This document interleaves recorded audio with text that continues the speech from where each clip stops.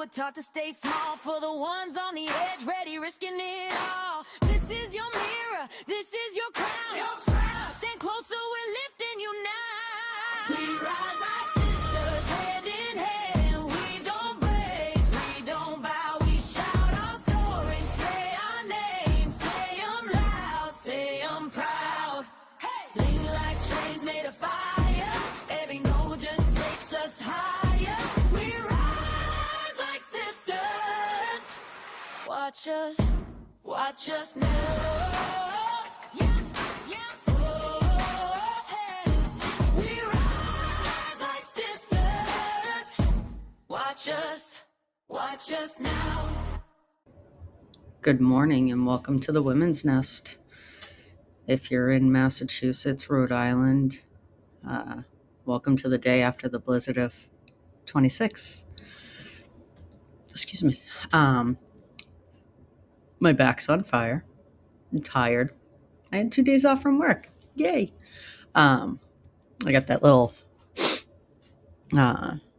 electrode thing on my back, so it's like, it's really cool. I actually took a video yesterday because I had it like on my leg, on my IT band.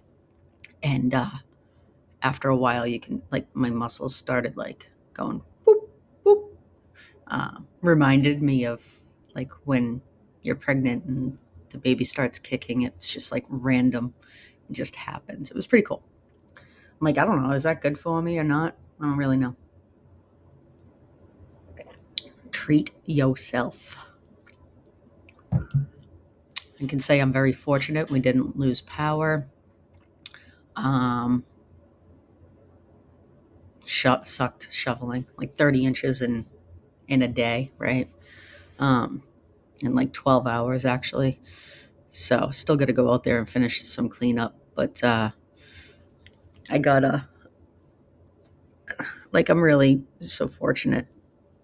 Did freak out on my son a little bit because it was like 1:30 and I'm like, I told you an hour ago to get up.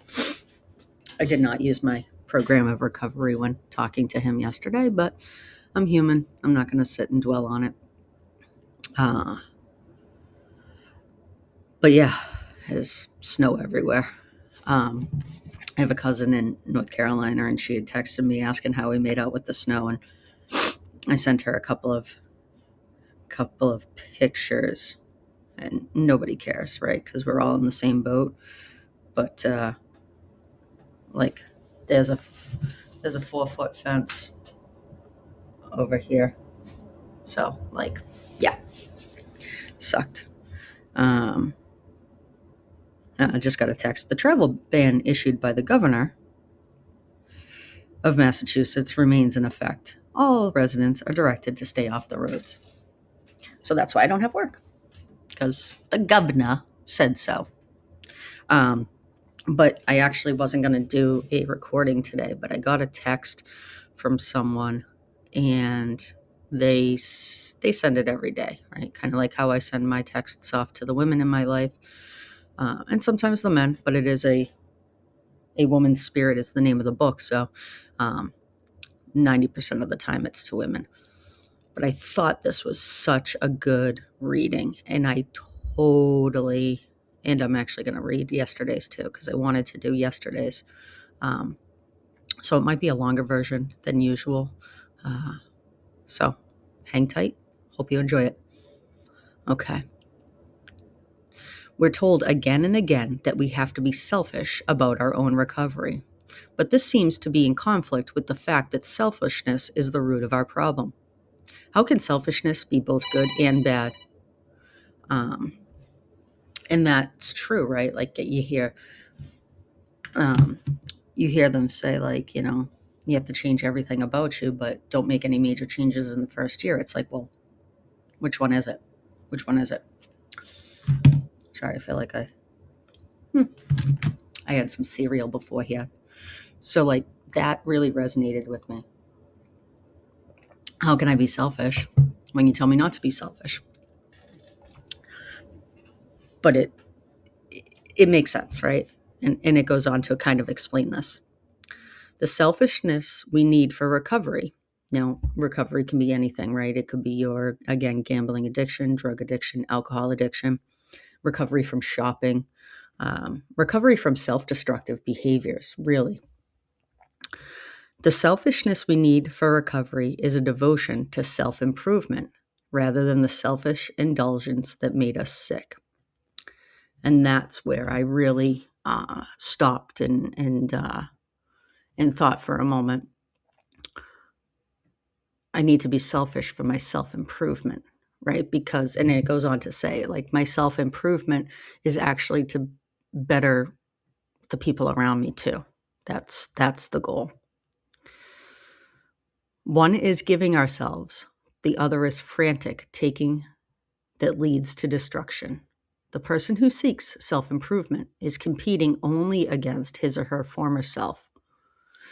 The sick brand of selfishness, on the other hand, is usually involved in unhealthy competition with others.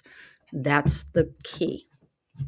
Who am I in competition with, right? I'm in competition with myself. I need to be better. I need to come in first place from the woman I was yesterday, right? That's the thing. Yesterday, like I said, my little debacle on my freak out. It's not who I want to be. So I'm going to change that, right? I probably didn't need to wait until last minute when I was already at the end of my rope.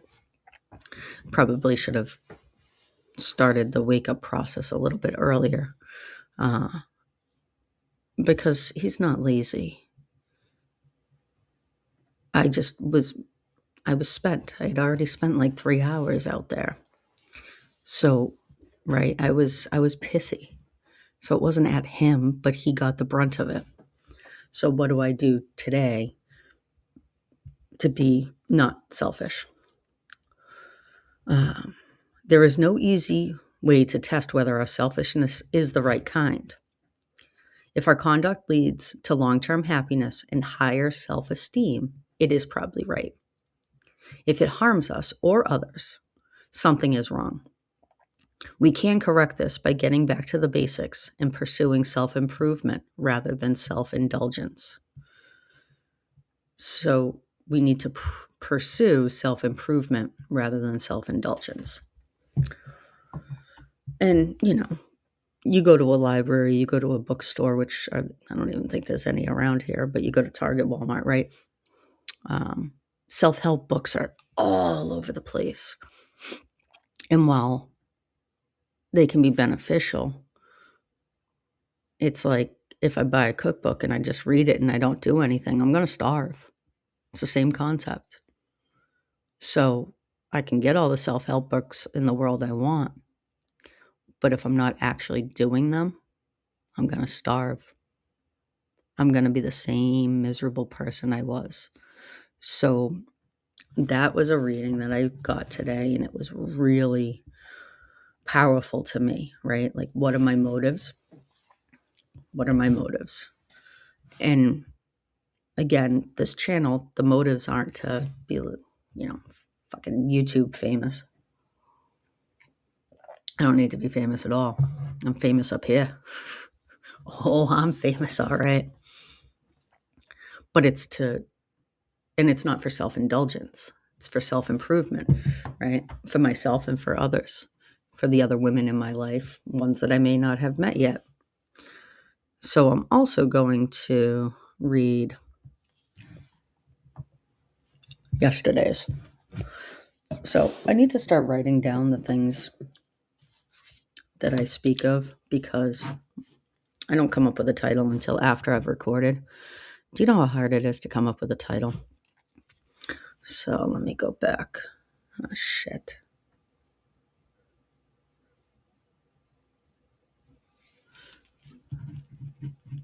So selfishness versus self-improvement. Great. Okay. All right. So yesterday's reading says, and this was really cool because, so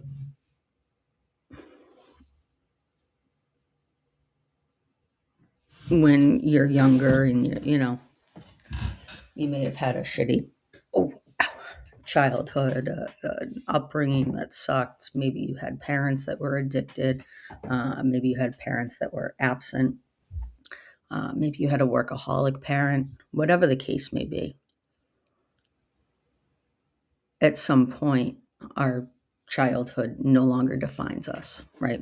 But we can still sit in that dirty diaper, sit in that shit and get a rash and all that stuff, right? So yesterday's kind of reflected on that.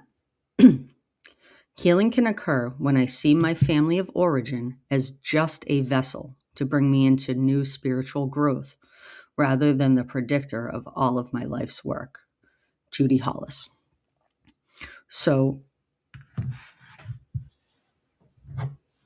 while there's some things that we can't control, right? Like if your socioeconomic status is one level and you can never outgrow that, that's not what I'm talking about, right? Because it's almost a tangible thing. We're almost talking about the intangible stuff, the stuff that nobody can see, hear, feel except yourself. And that's heavy.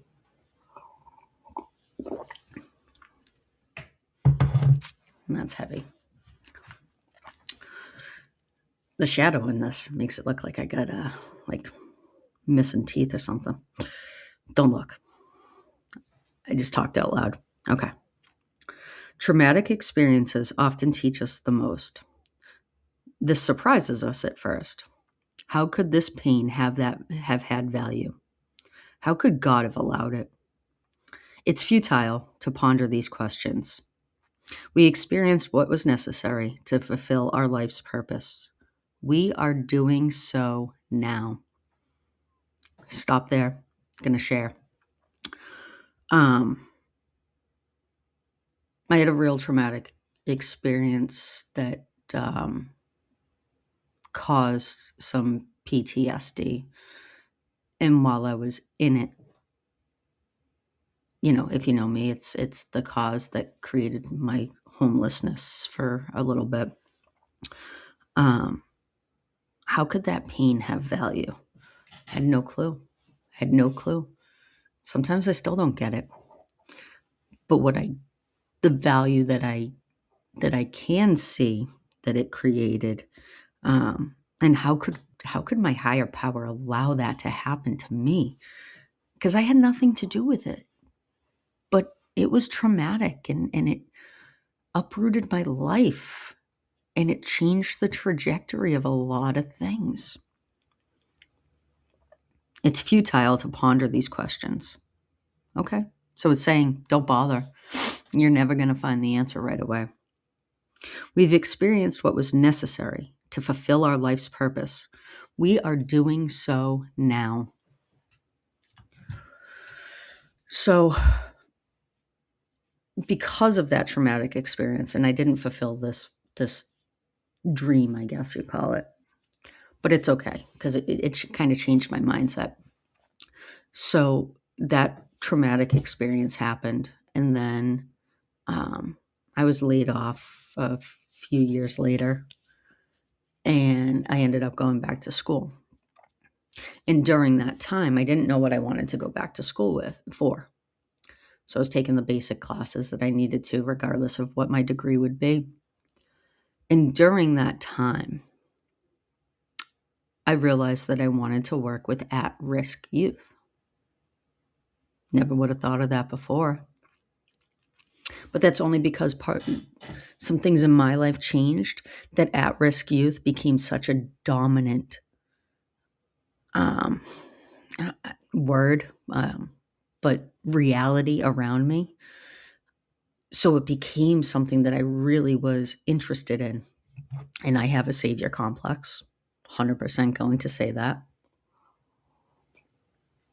So I thought I could save every little kid in the world. And I wanted to work for DCF. And then I realized I can't do that because I want to save every little kid in this world. And I would take it home because I'm an empath and I feel the pain. And I would stay up at night wondering, did I make the right choice? So I didn't end up pursuing that particular endeavor, but I did get my associates in like sociology. It's an associate in arts, but the way that I did it, I was very heavy on sociology. All of my electives were sociology based, even though it was at a community college. Some of the classes were actually 300 level classes. So, like, I was able to get credits for that class as a 300 level when I was pursuing my bachelor's degree, which I never did finish. And I'm okay with that because I have a job now that I can and will retire from that doesn't require a degree. I might do it back in the future just for the hell of it. Maybe when I retire, I'll be like, you know what? I want to get my bachelor's.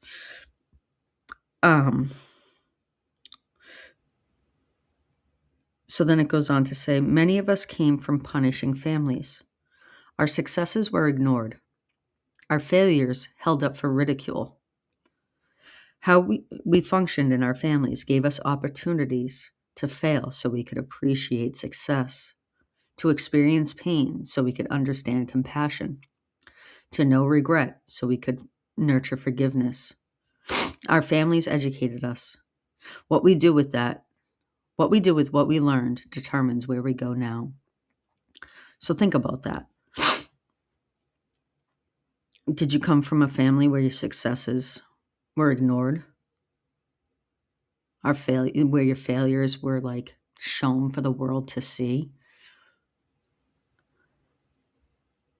But those gave us opportunities, like the opportunity for the failure, so we could appreciate success. And if you're in that position now, it doesn't feel like there's a way out. I get it. I've been there. How am I going to feed my kid? Been there. He didn't know it at the time, but I did. And some people around me knew that too. And that felt like a failure. But what it does today is it gives me the compassion for when other people are in that position. I feel it because I've been there. And I can say it should be okay. But I don't know that, right? I can just hope that they get out of it. But without that pain, would I be able to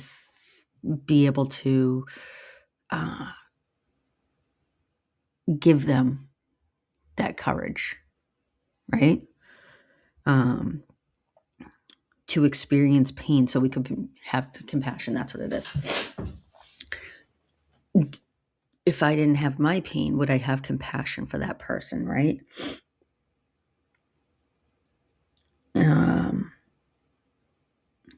To know regret so we could nurture forgiveness. Many things I regret. Where I am now, I don't wish that they changed because they have molded me.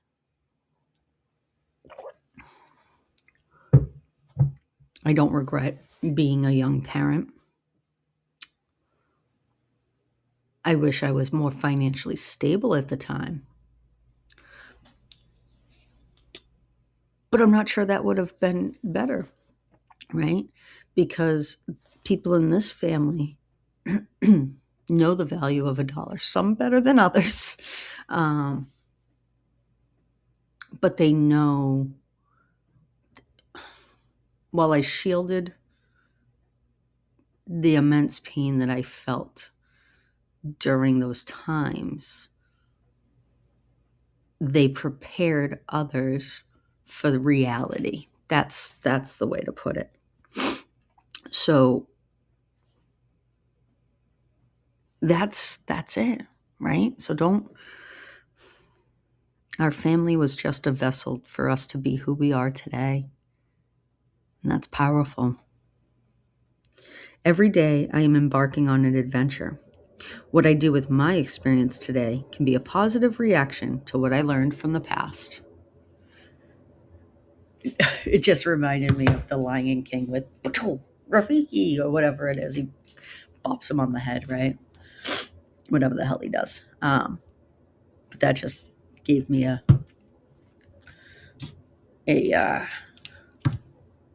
memory. Okay. 24th.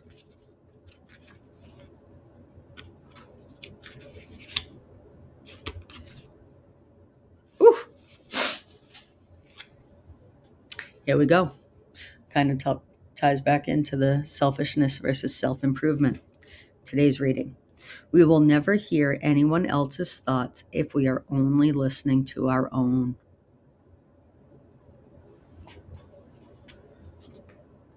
So I think it says, Danielle, you will never hear anyone else's thoughts if you're only listening to your own. Why is that? Oh, that table's gross. Time out. I'm gonna grab my water and I gotta blow my nose because I can't be sniffing on my channel. Oh, ow.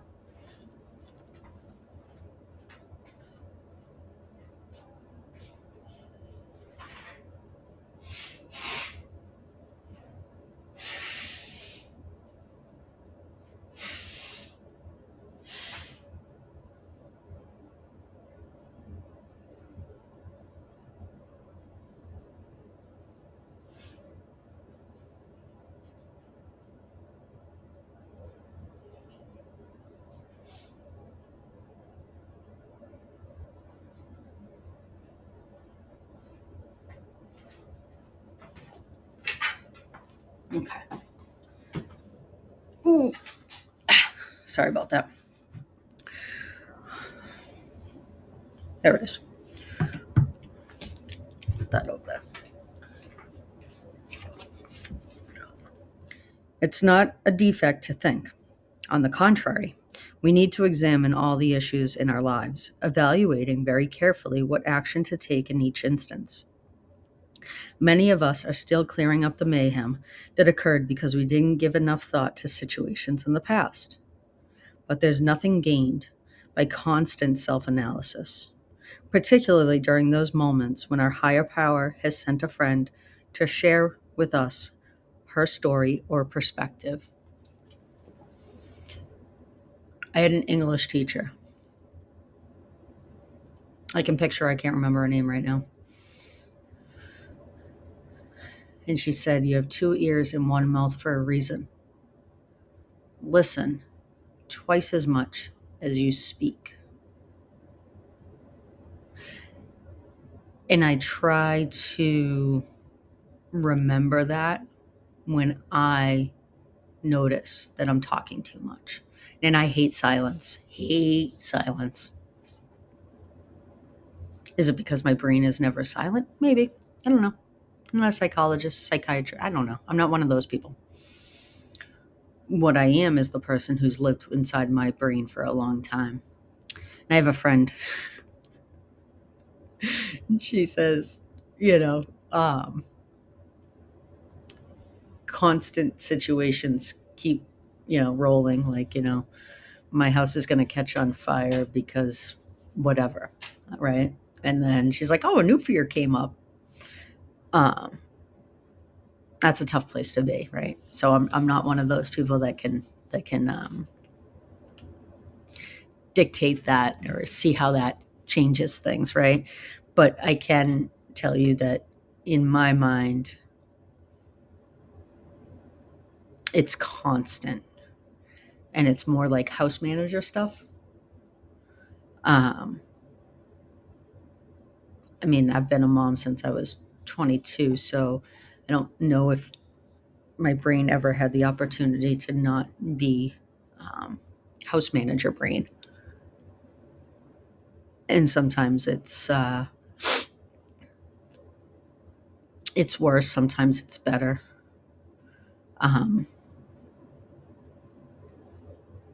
Yeah, it's tough.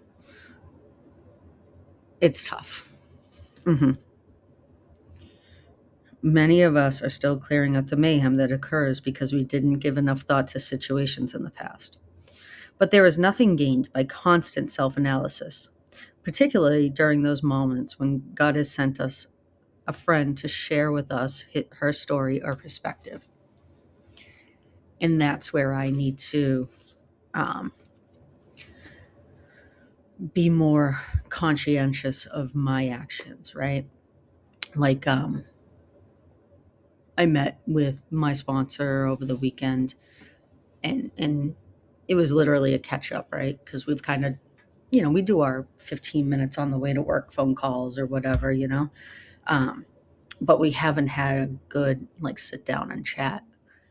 And while I'm the sponsee in that, that doesn't require me to constantly be the only one that talks, right? Um, because that's not what the relationship is about anymore. I need to be a good friend and listen sometimes. Now, if you're on the other side of that, you're the friend who never speaks and it only stays up here. Maybe you listen 4 times as much as you speak. Let's get the equation to where it's supposed to be. 2 ears, one mouth, only twice as much, not 4 times as much, not 10 times as much, right? I have to get my equation so it's not 50-50, right? I listen and I speak just as much. But what if you're on the other side of that? What if you don't ever speak and all you do is listen? That's heavy on one side. That's not where we should be. Yeah. It's never an accident when another person discusses with us an experience she has had. Nothing happens by accident. Anymore, I realize that. I didn't think that was true. Now I do. Our higher power intends for us to learn from one another. We are students and teachers, interchangeably. When a teacher comes our way, let's put our mind to rest. Her words may supply the answer we seek. I will be drawn to the people who have something to teach me today. I will listen first and think later.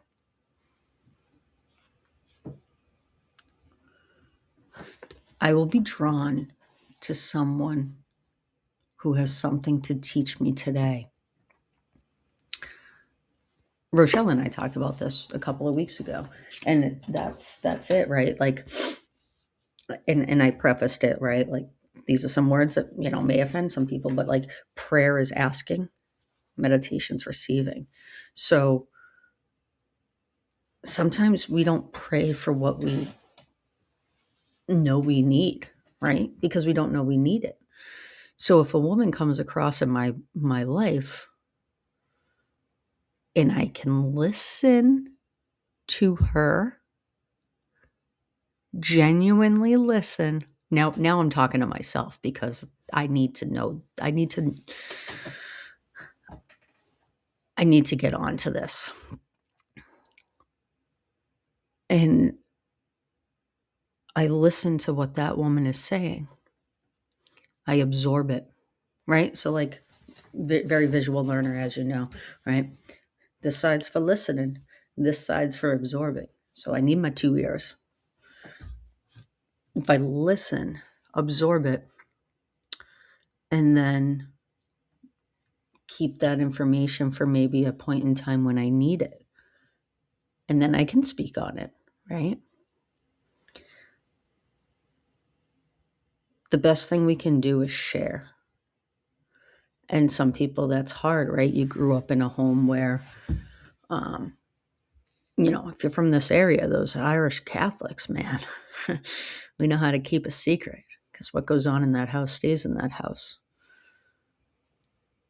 And if you're in like my age group, that's kind of, also how we were raised, right? You don't share your dirty laundry with someone else. And in my dirty laundry in middle school, beginning of high school, sharing that actually caused more damage to me. You know, I was really depressed because people had let me down, people who I thought were my friends. So I spent a long time not sharing. Now I'm like, oh, you want to know what happened to my, toenail? Like, right? Like I'll overshare shit now, embarrassingly overshare. Um, but that's just who I am. And either you love it or you hate it. And there's really no in between. Um, it's funny. One of my girlfriends, Marilyn, she's way up in New Hampshire now. And our kids played baseball together. And I know this is probably going to shock a lot of people who know me. She just called me Mouth because I would go to the games and, be cheering every kid on all the time. Keep your eye on the ball. Let's go, batter. Blah, blah, blah, blah. Oh, there's Mouth again. She hated when our kids, they were on opposite teams, hated when our kids played a game together. But I can say today she's like one of my best friends, Um, I don't know where that tangent just went off on. I really want her to come on the show, but she's very opposite of me, right? She'll talk when she's around you. She'll talk a lot, but she does not. She would not like the spotlight or anything like that. But she's got 6 children. She homeschools. She's got like her own homestead. Like people ask how we're friends. We bonded over Tracy Chapman's fast car. That's how we bonded. And like I said, one of my best friends. I miss her. I miss her a lot. And her kids are freaking awesome. It's funny, the middle 3, 4, 5. Yeah, the middle 3. They all call me Dan Dan. Because the 4th one couldn't say my name and just randomly one day, like she was young, just started talking and she did it. So now they call me Dan Dan. But I just love it. I love it. Wow, that's a memory lane. I have no idea.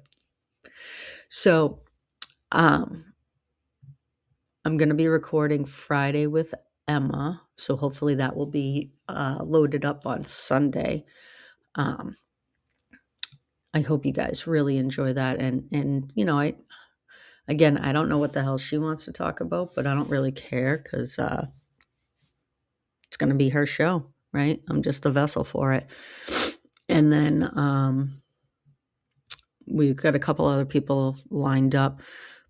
But if you guys could share this out with someone that may not be a part of our immediate community, share this out with someone who, may enjoy it. We're kind of stuck right now in the people in my orbit that know me. They're the subscribers. But not only when you subscribe, if you also put the notification bell on, so you'll get notifications when a new episode comes up. And, if I can get to 500 subscribers, I can do lives. So that will be really cool. So let me know what you think. Did you realize there's a difference between selfishness and self-improvement? Where are you in the line of listening twice as much as you speak?